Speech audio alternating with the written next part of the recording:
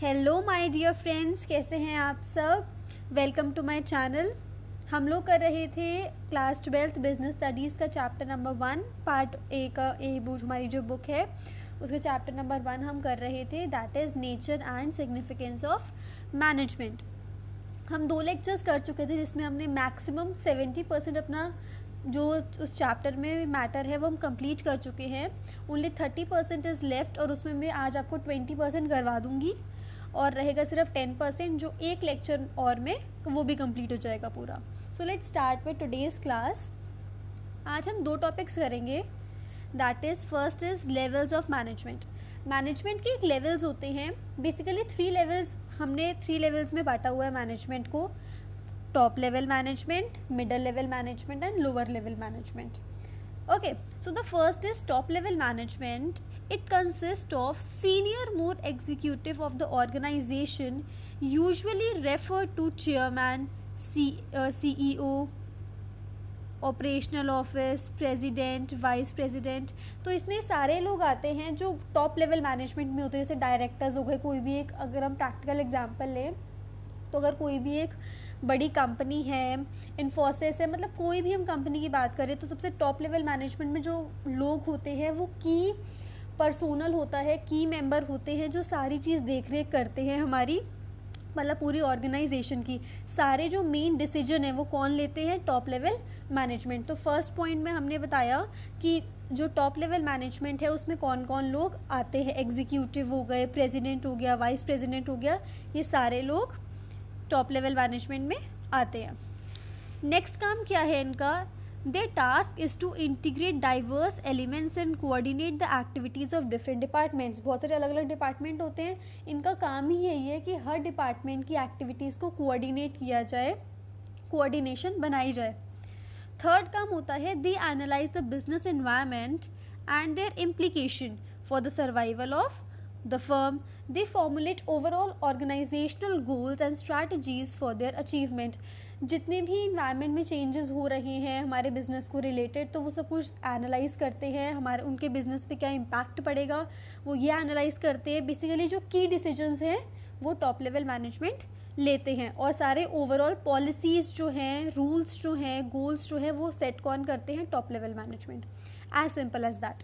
Fourth is the job of a top manager is complex, stressful, demanding long hours and commitment. Obviously जो top level management होते हैं उनका बहुत ही tough काम होता है जो बाकी मिडल और लोअर लेवल नहीं कर सकते हैं। बहुत स्ट्रेसफुल होता है बिकॉज उन्हें कंपनी के बहुत ज़्यादा इंपॉर्टेंट डिसीजंस लेने पड़ते हैं। It's very very tough job. Okay, second level है हमारा मिडल। टॉप लेवल कर लिया, अब middle level management. It is the link between top and the lower level managers. Top level होता है, फिर मिडल, फिर लोअर, तो बीच में कौन आया, मिडल लेवल। तो इसको ये लिंक है टॉप और लोअर लेवल के बीच में। They are subordinate to top managers and superior to the first line managers. Obviously जो लोअर लेवल मैनेजर्स हैं उनसे सीनियर है मिडल वाले लोग, और जो टॉप लेवल मैनेजर्स हैं उनसे छोटे हैं, कम पोस्ट पे हैं। They are usually known as division heads, operations. Middle management is responsible for implementing and controlling the plans and strategies developed by the top level management. Obviously जो भी सारे plans और strategies top level management बनाती है उसको implement कौन करता है, उसको implement middle level managers करते हैं जो basically हर department के heads होते हैं। okay? Fourth point says they are responsible for all the activities of the first line managers. First line managers मतलब lower level जो लोग काम कर रहे हैं। For this they need to interpret the policies framed by the top level. इनका काम क्या है, ये 3 काम है इनके। इंटरप्रेट करते हैं पॉलिसीज जो टॉप लेवल मैनेजमेंट बनाता है। Ensure that their department has the necessary personnel. वो देखते हैं, उनके पास अपना अपना खुद का डिपार्टमेंट होता है, तो वो देखते हैं हमारे पास necessary personnel, that means staff है या नहीं है, प्रॉपर लोग हैं जितने हमें चाहिए लोग एक काम करने के लिए, उतने लोग हैं या नहीं है हमारे डिपार्टमेंट में। अगर नहीं होते हैं तो वो और फिर स्टाफिंग करते हैं, रिक्रूटमेंट करते हैं लोगों की। ठीक है। थर्ड काम उनका क्या होता है, assign necessary duties and responsibilities to them.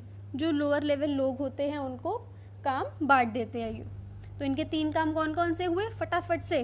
पहला काम, जितनी भी पॉलिसीज़ टॉप लेवल मैनेजर्स बनाते हैं उसको समझना, इंटरप्रेट करना, समझाना किसको? लोअर लेवल लोगों को। फिर नेसेसरी स्टाफिंग देखना कि उनके डिपार्टमेंट में नेसेसरी लोग हैं या नहीं हैं। तीसरा, ड्यूटीज़ और रिस्पॉन्सिबिलिटीज़ लोअर लेवल मैनेजर्स को देना।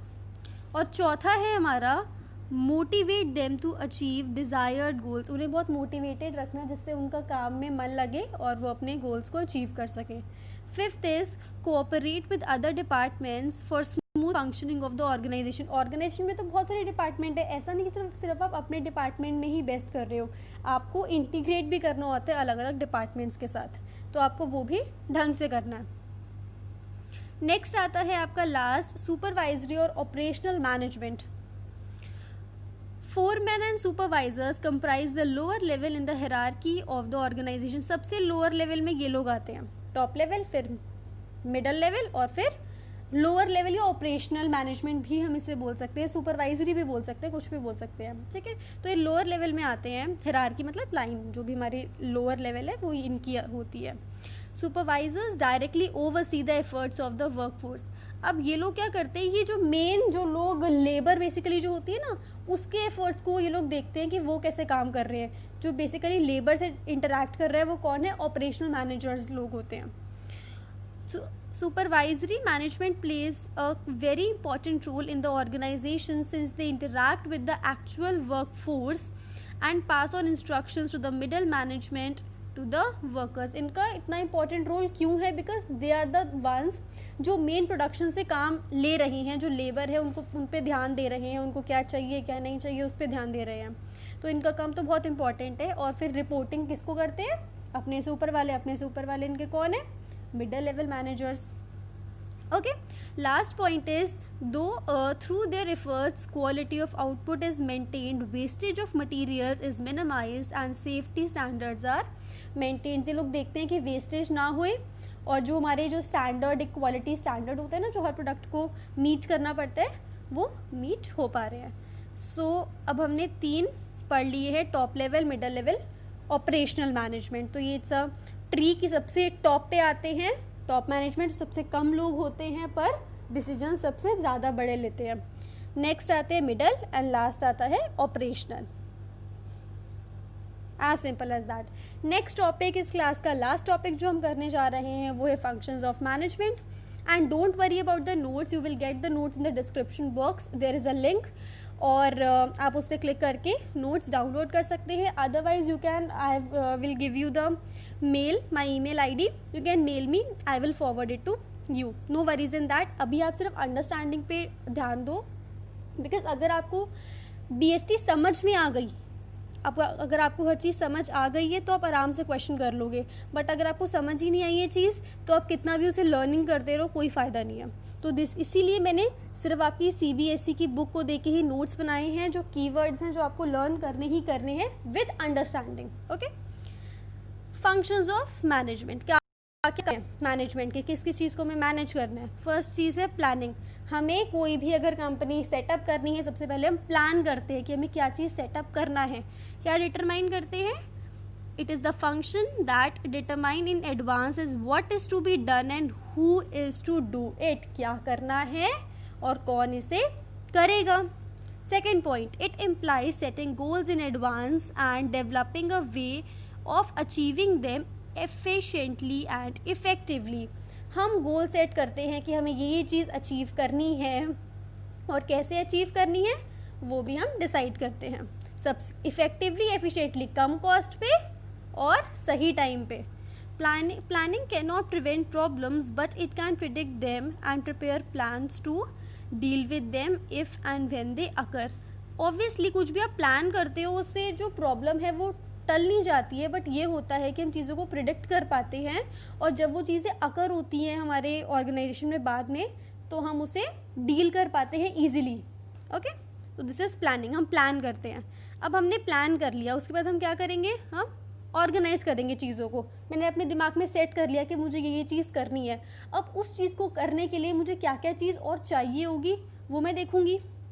It is the management functions of assigning duties, grouping task, Establishing authority, allocating resources required to carry out a specific plan. अब जो भी प्लान को मुझे कैरी आउट करना है उसके लिए मैं देखूंगी किसके को कौन सी ड्यूटी दूँ, कौन सा टास्क किस ग्रुप को दूँ, किसको अथॉरिटी दूँ, किसको रिसोर्सेज की रिस्पॉन्सिबिलिटी दूँ. एक ऑर्गेनाइजेशन, एक कोई बिजनेस है उसमें तो यही काम होएगा ना, तो वो यही सोचते हैं. It decides who will do a particular task, where it will be done and when it will be done. हम ये सोचते हैं ऑर्गेनाइजिंग में कि कौन करेगा, किधर करेगा और कब करेगा. Who, where, when. Third is organizing involves the grouping of the required task into manageable departments or work units and the establishment of authority and reporting relationship within the hierarchy. तो हम देखते हैं कि जब भी हम बिज़नेस कोई setup कर रहे हैं तो अलग अलग डिपार्टमेंट्स बनाएं, कौन किसको अकाउंटेबल होएगा, मतलब कोई भी काम कर रहा है वो किसको रिपोर्टिंग देगा, ये अथॉरिटी हमें इस्टेब्लिश करनी पड़ती है in the organising.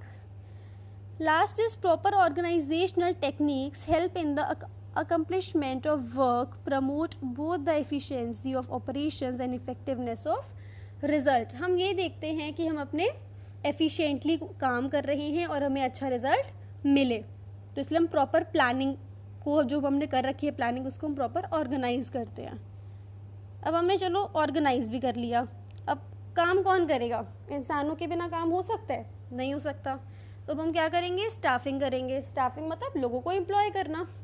It is the process of finding the right person for the right job. जिसके लिए जॉब है ऑब्वियसली उसकी क्वालिफिकेशंस को देख के हम वो जॉब उसे प्रोवाइड करेंगे. A very important aspect of management is to make sure that right people with the right qualifications are available at the right place. अब लेबर है, उसे कोई नॉलेज नहीं है किसी भी चीज़ की, उसे मैंने डायरेक्टर बना दिया या मान लो उसे मैंने अकाउंट सेक्शन दे दिया, वो कर पाएगा? नहीं कर पाएगा. तो हमें डिसाइड करना है कि क्या मिनिमम क्वालिफिकेशन होनी चाहिए एक जॉब पे एक इंसान को रखने के लिए, तो ये हम स्टाफिंग में करते हैं. It is also known as human resource function and it involves activities such as recruitment, selection, placement and training. तो इसीलिए हमने एक बिजनेस में HR डिपार्टमेंट होता है जो उसका काम ही यही होता है लोगों को रिक्रूट करना. तो उसमें लोगों पहले रिक्रूट करते हैं, फिर लोग आते हैं, फिर हम सेलेक्ट करते हैं, फिर उनकी प्लेसमेंट होती है, फिर उन्हें ट्रेनिंग देते हैं. So these are the steps जो हम स्टाफिंग के चैप्टर में पढ़ेंगे जब वो आगे आएगा. Next is staffing. लोग भी आ गए. अब लोगों को डायरेक्ट भी तो करना पड़ेगा ना, कैसे काम करना है कैसे नहीं करना, उन्हें समझाना पड़ेगा, डायरेक्शन देनी पड़ेगी उन्हें. It involves leading, influencing, motivating employees to perform the task assigned to them. जो भी उन्हें काम दिया हुआ है उनको बताना कैसे करना है, उन्हें इन्फ्लुएंस करना, मोटिवेट रखना, क्योंकि लोगों का नहीं तो इंटरेस्ट नहीं बैठेगा कंपनी के अंदर अगर उन्हें हम मोटिवेट नहीं रखेंगे. Motivation and leadership are the 2 important keys of direction. ये 2 चीज़ों का हमें बहुत ध्यान रखना पड़ता है इन directing. Motivating workers means simply creating an environment that makes them want to work. इतना अच्छा environment रखें कि उन सबका काम करने का मन करे, मोटिवेट रखें उन्हें. Leadership is influencing others to do what the leader wants them to do. तो जो लीडरशिप होनी चाहिए कि जो हमारा मेन लीडर है उसके कहने पे ही लोग काम करें. सिंपल. चलो उन्होंने काम भी कर दिया, अब चेक भी तो करना पड़ेगा ना वो जो काम कर रहे हैं ठीक कर रहे हैं नहीं कर रहे, कंट्रोलिंग भी तो करनी पड़ेगी ना. तो last step is controlling. These are the functions of management. Management functions of monitoring organizational performance towards the attainment of organizational goals. अब हम मॉनिटर करेंगे कि क्या ये लोग जो काम कर रहे हैं वो हमारे गोल्स को फुलफिल कर पा रहे हैं, हम अचीव कर पा रहे हैं वो गोल्स को या नहीं. The task of controlling involves establishing standards of performance, measuring current performance, comparing. अब हमारा काम क्या है, पहले सेट कर दो कि इतने टाइम में इतनी चीज़ें होनी चाहिए, फिर देखो कि असली में कितना काम हो रहा है, फिर दोनों को कंपेयर करो. अगर कोई दिक्कत आती है तो फिर corrective actions low.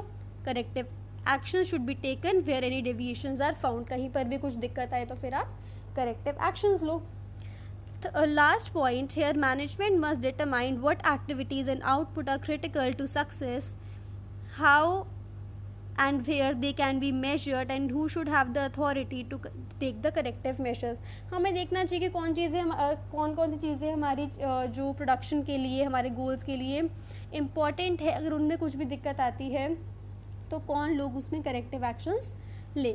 This completes the functions of management हमने 2 टॉपिक करे, लेवल्स और फंक्शंस। देखो मैं एक गो में चीज़ें पढ़ाती रहती हूँ, बट अगर आपको लगता है कि ज़्यादा हो गया, you can pause the video and उसके बाद आप दोबारा रिवाइज करो अपनी एनसीईआरटी से, फिर आप आगे कंटिन्यू करो, ठीक है। तो इसीलिए मैंने स्मॉल आपके एक चैप्टर को भी मैंने 4 लेक्चर्स में डिवाइड करा, जिससे आप पे कोई प्रेशर ना पड़े, आप आराम से चीज़ें कर सको with the all the notes, you have everything. Understanding हो गई है, नोट्स आपके पास हैं, बस आपको इसको समझना है, लर्न करना है, that's it, nothing else. And में आपको इसके सारे क्वेश्चन आंसर जितने भी केस स्टडीज़ है आपको सब प्रोवाइड की जाएंगी, no worries in that. Till then take care, bye bye. If you like the video, do like, comment, share, subscribe and hit the bell icon for the more videos. Thank you very much. Bye bye.